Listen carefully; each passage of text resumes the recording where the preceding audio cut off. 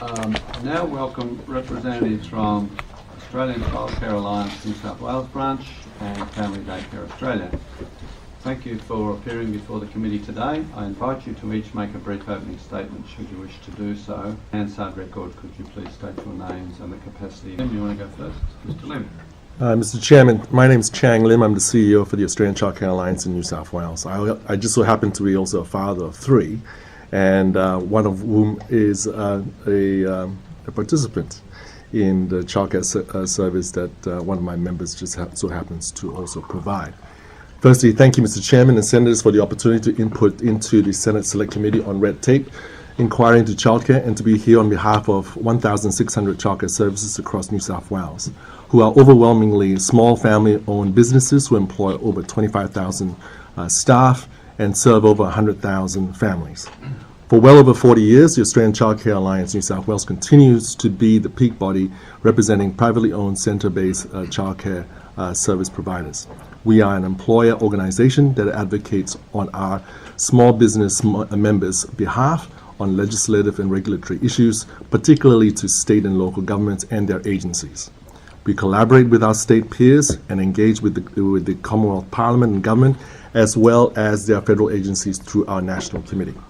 With regret, our national president, Mr. Paul Mondo, has sent in advance his apologies that he is unable to be here today to address our national submission, and our New South Wales president, Mrs. Lynn Connolly, also sent her regrets that she too is unable to be here today as she was taken ill yesterday.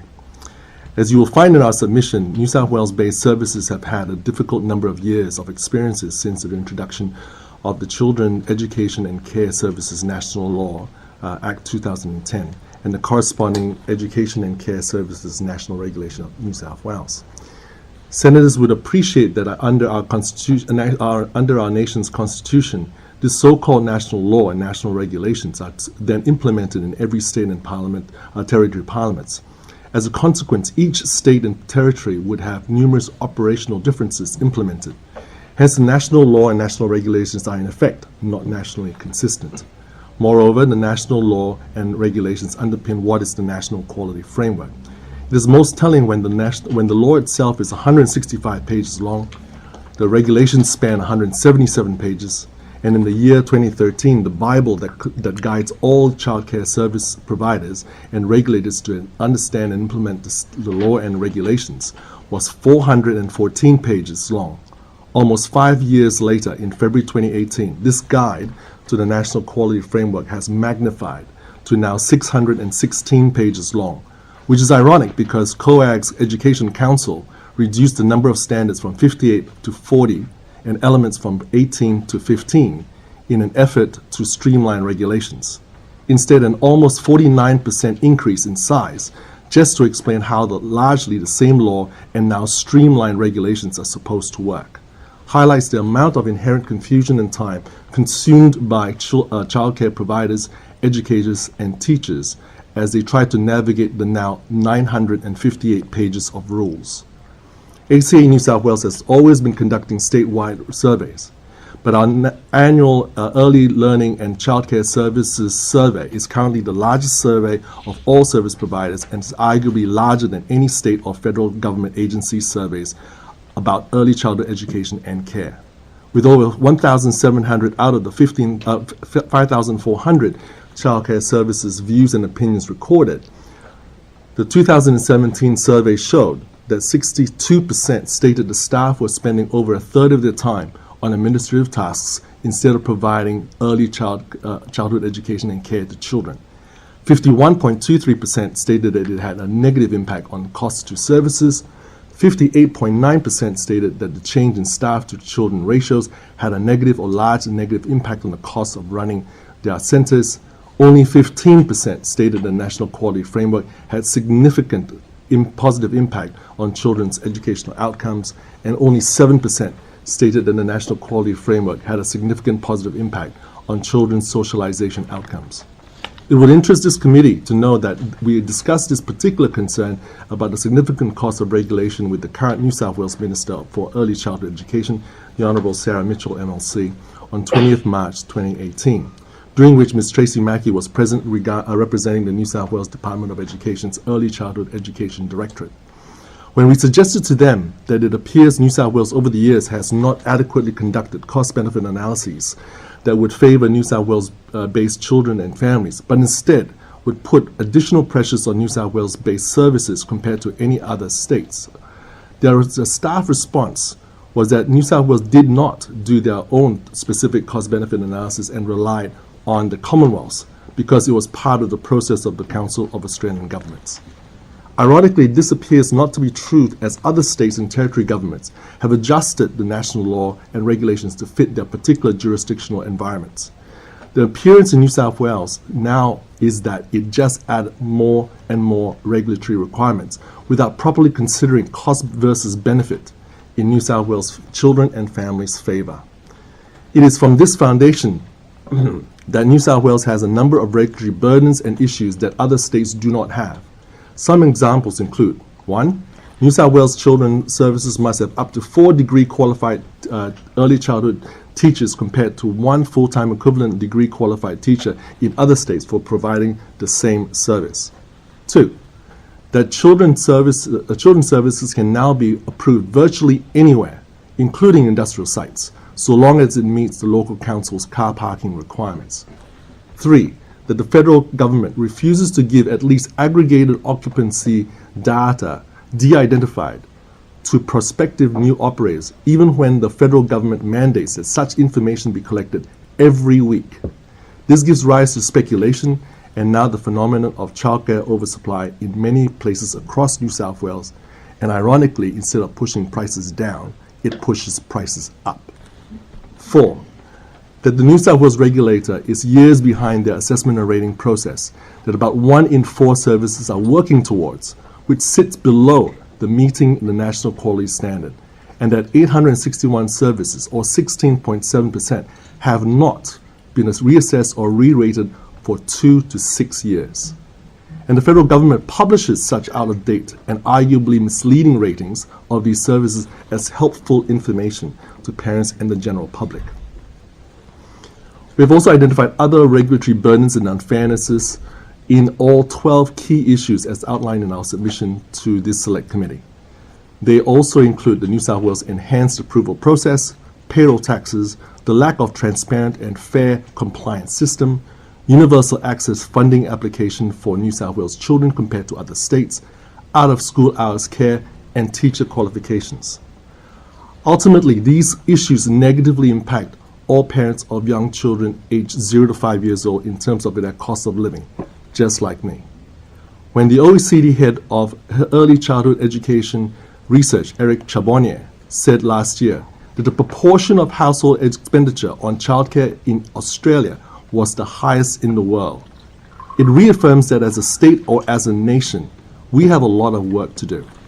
I'm happy to answer any follow-up questions that members of this committee might have. Thank you. Thank you. And childcare operators, the standalone operators, they contribute to their own inspection costs? No. Shaking your head. You can if you want to fast track up to $861, Senator. But that's assuming that you don't want to wait for the New South Wales state regulator to come and reassess and rate you. It's a bit like having your building. No, in New South Wales case, the New South Wales Department of Education does the reassessment and re-rating. No independent outside external So body. what do you get if you pay $861? The New South Wales person, Department of Education. Just you get them quicker. In theory, quicker. I see. In theory. Okay. Mr. Lim, it's pretty obvious New South Wales is an expensive environment to have kids, especially if you want to work. It is getting worse, it would seem. I hear feedback all the time about how expensive it is.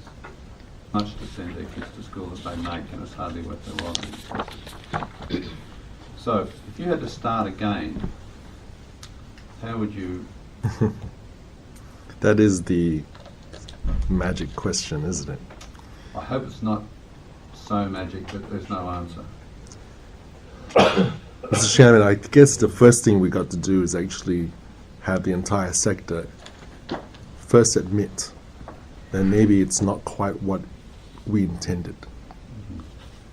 If we are honest with ourselves, both regulators, operators, parliamentarians and governments and educators alike, we would actually start looking at it from a perspective of what is the educational outcome we are trying to achieve and how can we prove it first, and then work backwards as to how much would that cost, both not just for parents, but also for the taxpayer.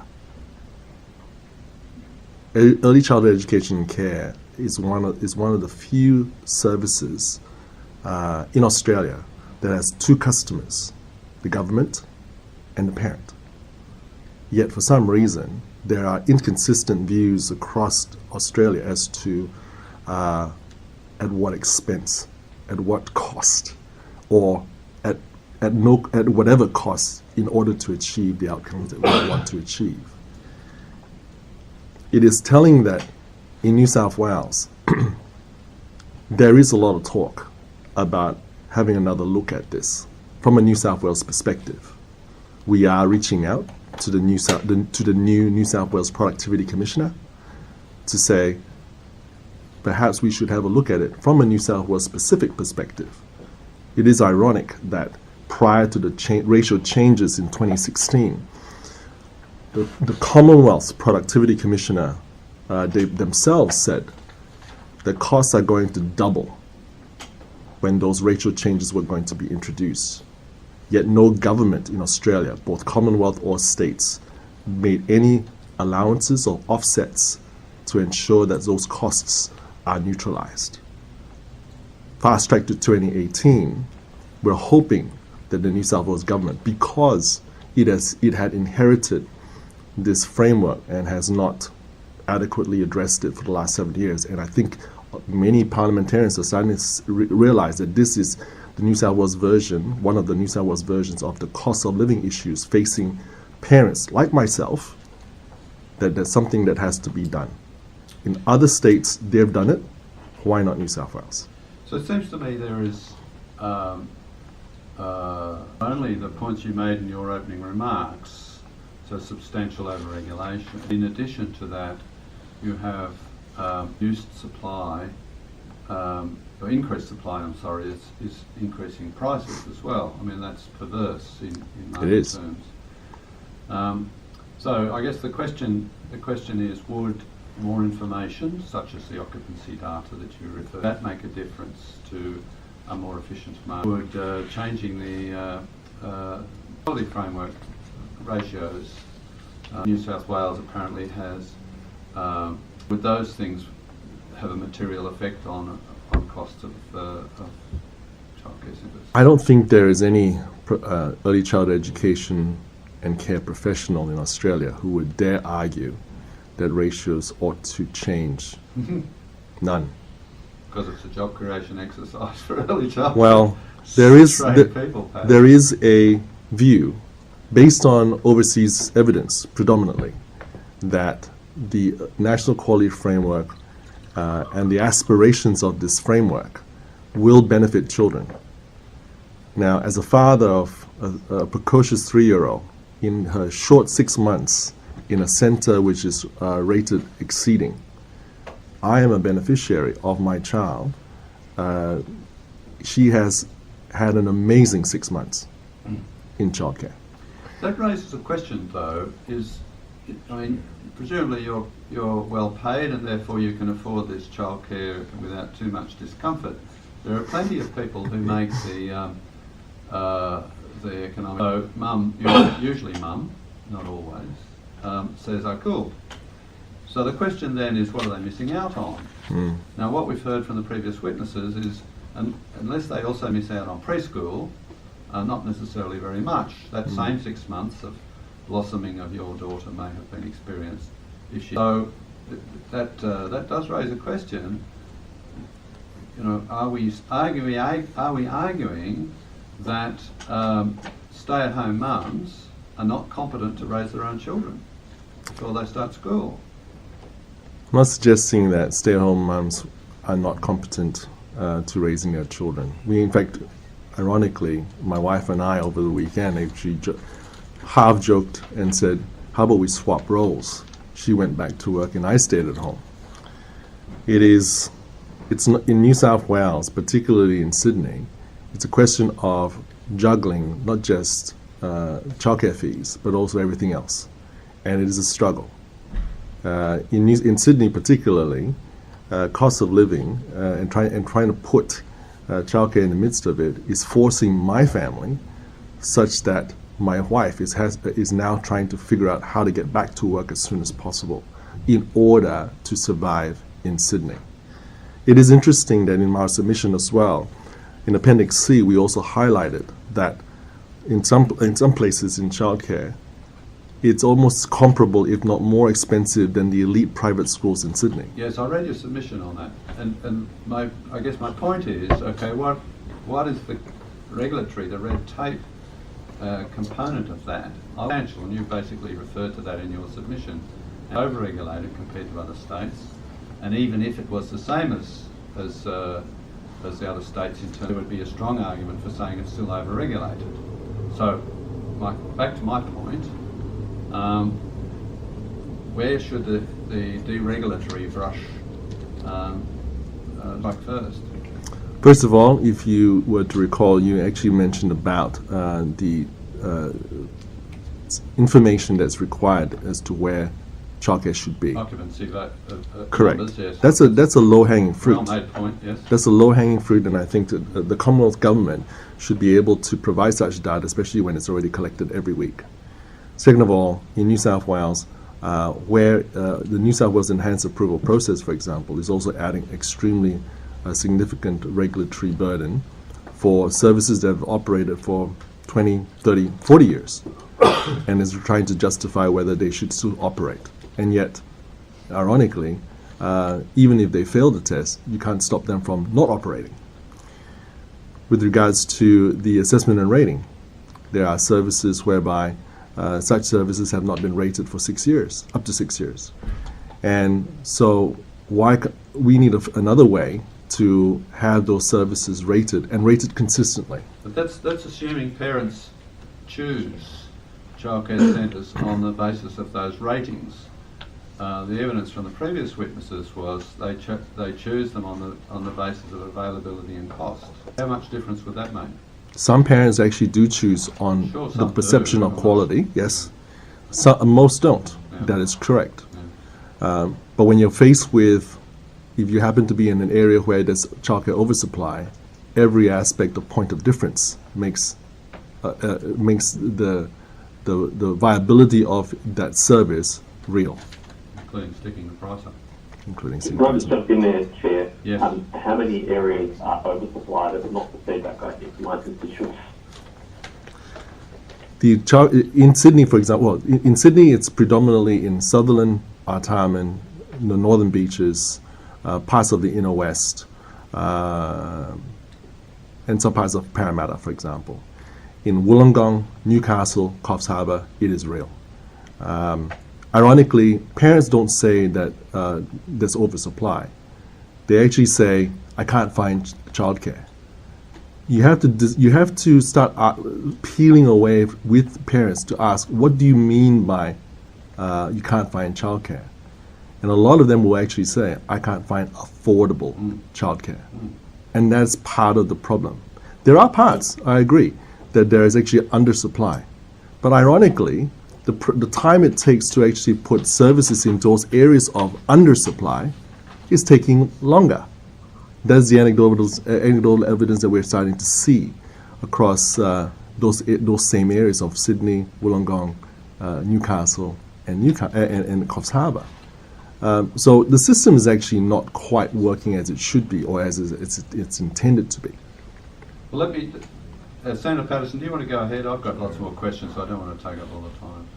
I just have one kind of general question, which is probably most appropriate for Mr. Lim, but if Mr. Patterson or Mr. Farrell wants to jump in, that would be welcome. Mr. Lim, you made a comment before kind of comparing New South Wales unfavourably to other states. I wondered if there is a state that you think is doing it better. I appreciate largely the regulation is national and states implement it, but is there a model state that you think is doing regulation better? I don't think any model. Again, I'm not authorized to speak on behalf of other states, but from a New South Wales perspective, we see aspects of Queensland and Victoria that actually where the system works much better than it does in New South Wales. So we harbor envy to our northern and southern state peers because they seem to have a much better cooperation with their state and federal governments than they do in New South Wales. Okay, right. Thank you. Thank you. The previous witnesses have told us that their research has shown that people with tertiary education or training these children, they can't see any particular from people who don't have that education. They also say that the push for higher education standards is part of the problem. They think is the industry is pushing the prices up by demanding these sort of extra qualifications. Senator, I can say to you from a New South Wales perspective that is not true. And to be fair, in defense of the New South Wales government, the up to 4 degree qualified teachers had been in existence prior to the National Quality Framework. What does that mean exactly, up to 4 degree qualified? So you have 25 children, 39, 49, 58, up to 80. The number of degree qualified early childhood education teachers increases as the size of a service increases. And once after you hit 80 places, then you flatline in New South Wales at 4 degree qualified teachers. Oh. The same number in other states is 1. Now, I've often asked, are New South Wales children in need of 4 times more, up to 4 times more degree qualified teachers than any other states? Well, the implication is that they're only 25% as fast at learning things, isn't it? Those are your words, Senator. Or that we actually produce up to 4 times better educational outcomes. And if so, 4 times more geniuses, and if so, where is the evidence? Yes, exactly. And so far, I've not been able to find. No, legitimate.